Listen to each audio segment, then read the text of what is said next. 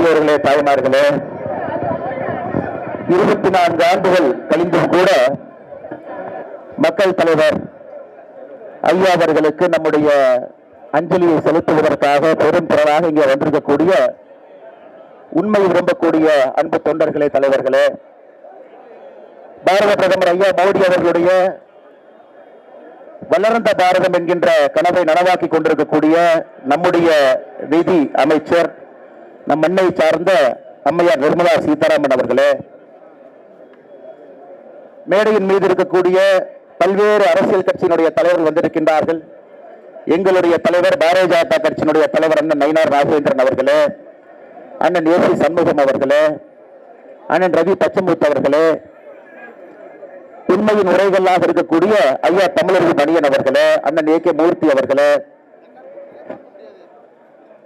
தேசிய முற்போக்கு திராவிட கழகம் சார்பாக வந்திருக்கக்கூடிய அண்ணன் சுதீஷ் அவர்களே, தர்ம போராளி அண்ணன் ஹெச் ராஜா அவர்களே, அண்ணன் தனபாலன் அவர்களே, அண்ணன் ஜெகன்மூர்த்தி அவர்களே, பாரதிய ஜனதா கட்சியினுடைய அகில இந்திய பொறுப்பாளர்கள் ஐயா அரவிந்த் மேனன் அவர்களே, பொங்கலடி சுதாகர் ரெட்டி அவர்களே, அண்ணன் முன்னவர் பாஷா அவர்களே, அண்ணன் வெடியல் சேகர் அவர்களே, மிக முக்கியமாக இன்னைக்கு இந்திய அரசியல்ல ஒரு ஜென்டில்மேன் பொலிட்டீஷியனாக வலம் வந்து எல்லோரையும் ஒருங்கிணைத்துக் கொண்டிருக்கக்கூடிய தமிழ் மாநில காங்கிரஸ் மூப்பனார் ஐயா கட்சியினுடைய தலைவராக இருக்கக்கூடிய ஐயா ஜி.கே. வாசன் அவர்களே,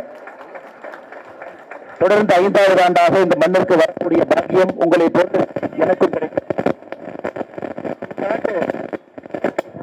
எப்பொழுதும் இல்லாத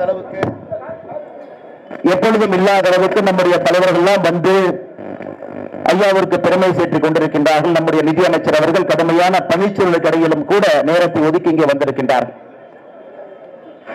அண்ணன் ஜி.கே. வாசன் அவர்கள் நமக்கு தெரியும், தன்னுடைய தந்தையார் எப்படி இருந்தார்களோ அதே போல அதே வழியில நேர்மை தவறாமல் ஒரு அரசியல் கட்சியை நடத்தி உன்னதமாக பயணித்துக் கொண்டிருக்கின்றார். அது தமிழக அரசியல் சூழல்ல தமிழ் மாநில காங்கிரஸை போல எப்பொழுதும் எல்லா மேடையிலும் சொல்வோம், நல்லவர்கள் இருக்கக்கூடிய கட்சி அதிகமாக கிடையாது. தமிழ் மாநில காங்கிரஸ்ல நல்லவர்கள் அதிகமா இருக்கிறார்.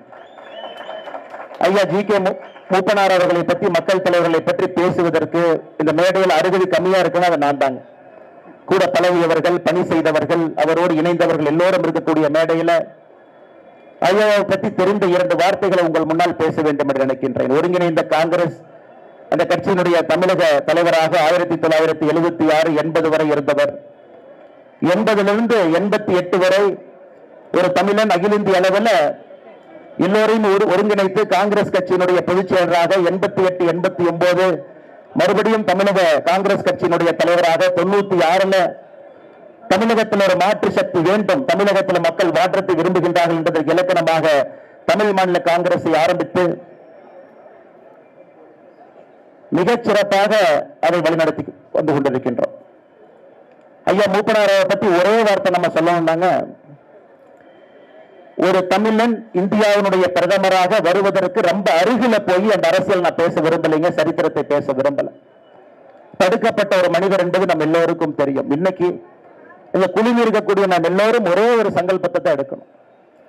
ஐயா ஜி.கே. மூப்பனார் அவர்கள் வழியில ஒரு நேர்மையான அரசியலை தமிழக மண்ணில், இந்திய மண்ணில் கொடுப்பதற்கு நாம் எல்லோரும் ஆயத்தமாக 2026 தமிழகத்தில் நிச்சயமாக ஒரு மாற்றம் வேண்டும் என்று எல்லோரும் பேச ஆரம்பித்து விட்டார்கள். சாமானிய மனிதர்களிலிருந்து, டீ கடையிலிருந்து, ரோட்ல எங்க போனாலும் மக்கள் பேச ஆரம்பித்து விட்டார்.